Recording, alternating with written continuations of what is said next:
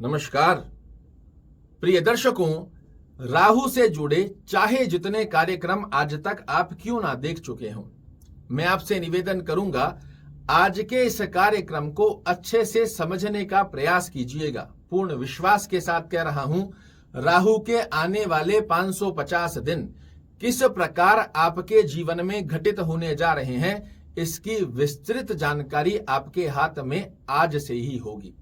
साथ ही कुछ ऐसे सटीक उपाय भी बताऊंगा जिनका पालन कर कर आप राहु महाराज का पा सकते हैं पूर्ण रूप से आशीर्वाद। राहु से हर व्यक्ति डरता है, किंतु हर व्यक्ति या हर ग्रह के पास में बुराइयां ही नहीं अच्छाइयां भी छुपी होती है, और उन अच्छाइयों को समझते हुए यदि उनका आशीर्वाद प्राप्त किया जाए तो ध्यान रखिएगा, यही वो ग्रह है जो व्यक्ति को जमीन से आसमान तक का सफर तय कराने की ताकत रखता है। कलयुग का सर्वशक्तिशाली ग्रह राहु को ग्रहों में बताया गया है। पिछले 18 महीनों में 30 अक्टूबर तक राहु महाराज आपके लग्न में बने हुए थे, और आपकी राशि पर जब राहु की छाया हो जाती है तो शास्त्र कहता है किसी भी अवस्था में इसे अच्छा नहीं माना जाता, और उसका प्रारूप आपने भली भांति देखा है। जहां आपके व्यक्तित्व की स्थितियों के अंदर राहु ने बहुत अवरोधक स्थितियां बनाई, आपके गलत डिसीजन बनाए, शॉर्टकट रास्ते ढूंढते हुए आपने अपने ही हाथों से बड़े बड़े लॉस किए, विद्यार्थियों को सफल होने में अवरोधक स्थितियां बनाई। इसी के साथ में मेष राशि के माता पिता को आपकी संतान से संबंधित चिंताजनक स्थितियों का योग बनाया, दाम्पत्य जीवन को प्रभावित किया, दैनिक रोजगार को प्रभावित किया, पार्टनरशिप में आपको बड़े लॉस लगवाए, भाग्य की स्थितियों को आपको भुलवा दिया। किंतु अब सबसे पहली गतिविधि का श्रेष्ठ योग तो यह है कि ये आपकी राशि से हट चुके हैं। आपकी राशि पर जो राहु छाया लगाकर बैठे थे, कुंडली मार कर बैठे थे, वो अब हट गए हैं। तो अब हटने के पश्चात क्या होगा, तो पहली स्थिति में आपका लग्न शुद्ध हो गया, आपका पंचम भाव शुद्ध हो गया, आपका सप्तम भाव शुद्ध हो गया, और आपका नवम भाव शुद्ध हो गया। यहां ये 4 घर शुद्ध होने से जीवन में बहुत बड़े बदलाव आना तो आपके तय है। किंतु आज के कार्यक्रम में हम चर्चा कर रहे हैं राहु के 550 दिन हमारे लिए कैसे रहेंगे। राहु देव आपके द्वादश भाव में गए हैं, ये सदैव वक्री चलते हैं। जब और ग्रहों को आप देखेंगे तो मेष से वृषभ में जाएंगे, किंतु ये वक्र गति में मेष से मीन में चले गए हैं। और ये स्थान है क्या, तो ये है विदेश का स्थान, इसे फॉरेन लैंड कहते हैं।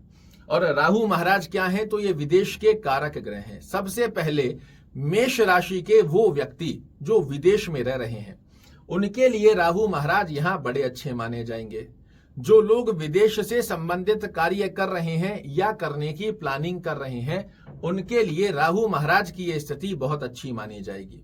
जो विद्यार्थी विदेश में पढ़ना चाह रहे हैं, उनके लिए राहु महाराज की यह स्थिति बहुत अच्छी मानी जाएगी।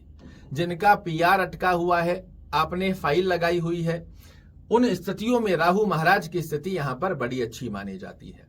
इसी के साथ में राहु देव आपके किस स्थान पर बैठे हैं, तो व्यय स्थान पर। और व्यय किसका, तो धन का। किस प्रकार से, तो यहां देखिए ये बाहरी खर्चों के कारक ग्रह हैं, और अभी डिग्री वाइज बलाबल में नहीं आए हैं। ये निवेश स्थान भी कहलाता है। तो जब खर्चा होना तय है, ये हमें पता है कि राहु खर्चा करवाएगा, तो क्यों ना किसी अच्छे कार्य में खर्चा कर लिया जाए। आप किसी प्रॉपर्टी के अंदर इन्वेस्ट कर दीजिए, कोई जमीन लेकर आपने खरीद ली, कोई कॉमर्शियल प्रॉपर्टी लेकर खरीद ली, कोई अच्छी क्वालिटी के शेयर लेकर खरीद लिए, आपने गोल्ड में इन्वेस्ट कर दिया, आपने सिल्वर में इन्वेस्ट कर दिया, क्योंकि ये इन्वेस्टमेंट का स्थान भी है और इस स्थान पर राहु खर्चे करवाएगा। तो जब खर्चे करवाएगा तो अच्छी गतिविधियों में इन्वेस्ट की स्थितियों के अंदर यदि आप अपनी स्थितियों को बनाते हैं, तो यही राहु इस स्थान पर बैठकर बाध्य हो जाता है उस आपका इन्वेस्ट को कई गुना वृद्धिकारक अवस्था में बढ़ाने के लिए, क्योंकि इस स्थान पर जो भी चीजें होगी उनमें ये वृद्धि करेगा। और जब इन्वेस्ट किया जाएगा तो इन्वेस्ट में वृद्धि होना तय है। छोटा धन है छोटा इन्वेस्ट कीजिए, बड़ा धन है बड़ा इन्वेस्ट कीजिए। इस स्थान पर जितना इन्वेस्टमेंट आप राहु महाराज की ड्यूरेशन में आने वाले 550 दिनों में करके रखोगे वो कितना अधिक हो जाएगा उसका आपको आइडिया भी नहीं लगेगा। और यही वो गुप्त सूत्र है राहु का जो व्यक्ति को जमीन से आसमान तक पहुंचा देता है। तो ऐसे रातों रात तो कोई व्यक्ति नहीं पहुंच सकता, कुछ गतिविधियां तो आपको भी करनी होती है और उन गतिविधियों को यदि आप समझ लेते हो तो आपके लिए बहुत सुंदर अवस्था का लाभ प्राप्त होता है। ये अस्पताल का खर्चा भी है, हॉस्पिटलाइज खर्चा भी इस स्थान को कहा जाता है। इस स्थान पर राहु महाराज बैठकर हॉस्पिटलाइज खर्चे की स्थिति को भी एक्टिवेशन देते हैं। आपके लिए क्या गतिविधि बनी हुई है तो ध्यान रखिएगा, मीन राशि का स्वामी अगले ही घर में बैठा है, आपकी राशि में ही बैठा है।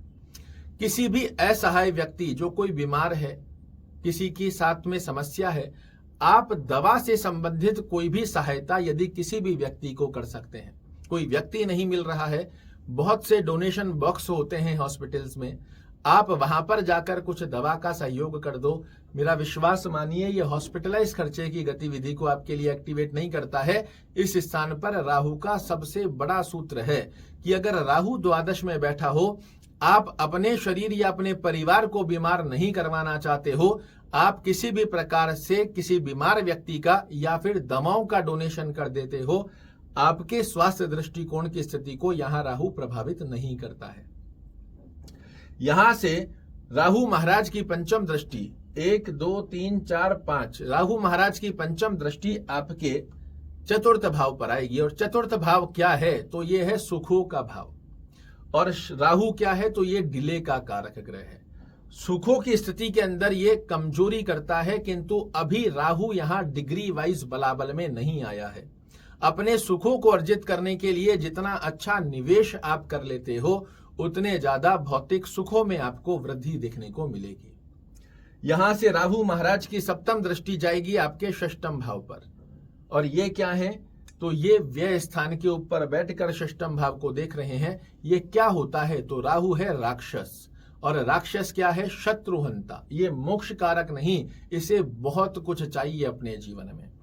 ये शत्रुहंता आपके जो गुप्त शत्रु होते हैं इनके लिए शत्रुहंता का कार्य करते हैं।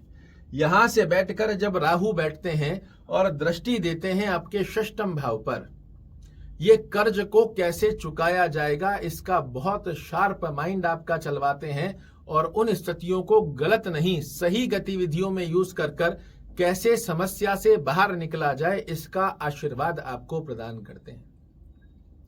राहु महाराज मस्तिष्क के कारक हैं और मस्तिष्क सदैव मेहनत को रिप्रेजेंट करता है। ऐसी स्थिति के अंदर जब ये आपके षष्ठम भाव पर बैठेंगे, दृष्टि देंगे, आपकी जॉब की स्थिति को कैसे आप अपने पक्ष में ला सकते हो। मेहनत तो करवाएंगे, इसमें किसी प्रकार का संकोच नहीं है, किंतु मेहनत के रिजल्ट निकालने की अवस्था में भी आपको बाध्यता देंगे।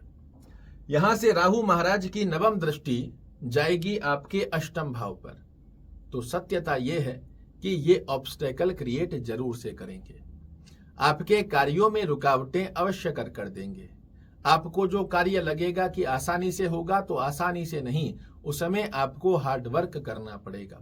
किंतु अच्छी स्थिति क्या है कि त्रिक भाव में बैठकर दो त्रिक स्थानों पर दृष्टि दे रहे हैं, तो आपके द्वारा पिछले समय में जो स्टकनेस राहु महाराज ने आपके जीवन में बनाई थी, एक ब्लॉकेज लगा दिया था, एक ताले जैसे स्थिति का योग लगा दिया था, वहां पर अब आपके द्वारा की गई मेहनत की स्थिति का योग आपके लिए अच्छा बनकर आता है। समझना एक ही अवस्था में है, क्योंकि ये है राक्षस ग्रह, ये छलिया ग्रह भी होता है। आपके द्वारा थोड़ी सी गतिविधियां गलत गतिविधि में गई, आप एक तरीके से समझो कि सावधानी हटी और दुर्घटना घटी। जितना आप सही रास्तों पर रहोगे उतना ज्यादा इसका लाभ आपको प्राप्त होगा। ये अपनी तरफ से प्रयास करेंगे कि आपको गलत रास्तों की तरफ भी अवगत कराया जाए, गलत संगति की तरफ आपका अगर इंटरेस्ट बढ़े। शराब पी लेते हैं, गलत लोगों के साथ मिल लेते हैं, गलत गतिविधियां कर लेते हैं, इनसे जितना दूर रहोगे उतना राहु का नकारात्मक प्रभाव आपसे दूर रहता है। मेष राशि वाले जातक 550 दिनों के अंदर वो सदैव श्रेष्ठ मुकाम हासिल करेंगे जो कोयले की खान में जाकर अपने सफेद कुर्ते के ऊपर एक दाग ना लगा कर आए। और यही है राहु का सत्य रहस्य। जरा सा गलत गतिविधियों में आपने इंटरेस्ट जगाया और राहु ने आपको पकड़ा। सिर्फ इतना सा ध्यान अगर आपने रख लिया तो इन 550 दिनों में राहु महाराज की स्थिति भी मजबूर हो जाएगी आपको श्रेष्ठ फल देने के लिए। क्या छोटे छोटे उपाय करने चाहिए जिससे राहु महाराज इस स्थान पर बैठकर निवेश दृष्टिकोण की हमारे शत्रुहंता बने, हमें कर्म क्षेत्र में मेहनत के रिजल्ट निकाल कर दे, आलस्य प्रवृत्ति की स्थिति हम पर प्रभावित ना हो पाए। तो सबसे पहली गतिविधि ओम रांग रहावे नमः, इस मंत्र का शाम के समय में एक माला हो सके तो बहुत बढ़िया, अन्यथा 11-21 जाप आप जरूर से कीजिए। राहु महाराज हैं धूम्र कलर के ग्रह, इनको बैंगनिया कलर और काले कलर का कारकत्व दिया गया है। अभी सर्दियां भी आ रही है, किसी असहाय व्यक्ति को आपने इन रंगों का बैंगनिया कलर काले रंग का स्वेटर दे दिया, कंबल दे दिया, कोई शॉल दे दिया, ऐसा कोई भी प्रयोजन यदि आप करते हैं आपको बहुत अच्छे योग बनकर आते हैं। एक मोर पंख आप अपने गद्दे के मैट्रेस के नीचे लगा कर रखिए, ये राहु के नकारात्मक दृष्टिकोण की स्थिति को आपको विचारास्पद स्थितियों में प्रभावित नहीं करने देगा।